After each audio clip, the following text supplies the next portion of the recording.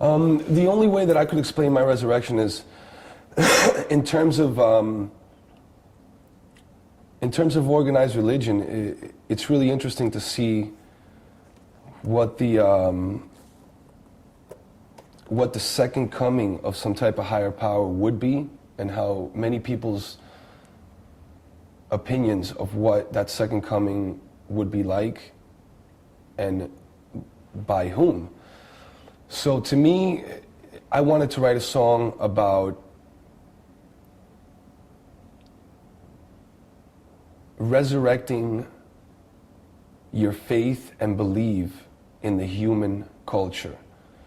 It doesn't necessarily, I used a lot of religious terms in the song, but I felt like it was the only way that I could really get the point across of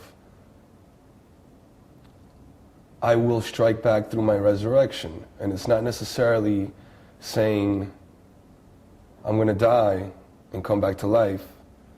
It's really a song about getting rid of everything that makes your current thought process and realizing that a change comes from within, and that resurrection doesn't only describe death. Resurrection could be in any context, you know. It could be in, perhaps some people lost their will and lost their belief in their loved ones. So when you use the word I, it's not you, but it's you changed into It's some more- other alter ego or some other person? It's just an empowering song.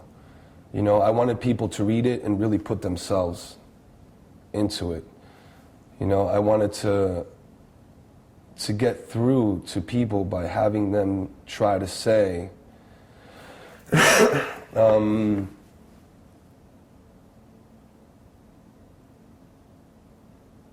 recompose, terminate, resurrect my termination through birth, now that I am whole, this immaculate conception reborn. To me, the most beautiful part of that is that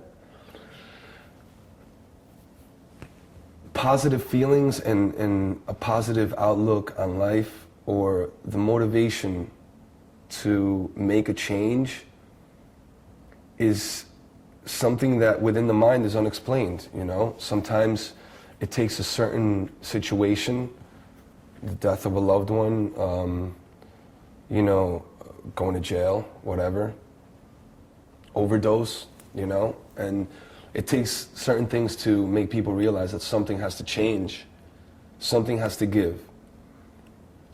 And as long as the ending outcome is changing your mind, if you're in a negative state of mind, just change your mind.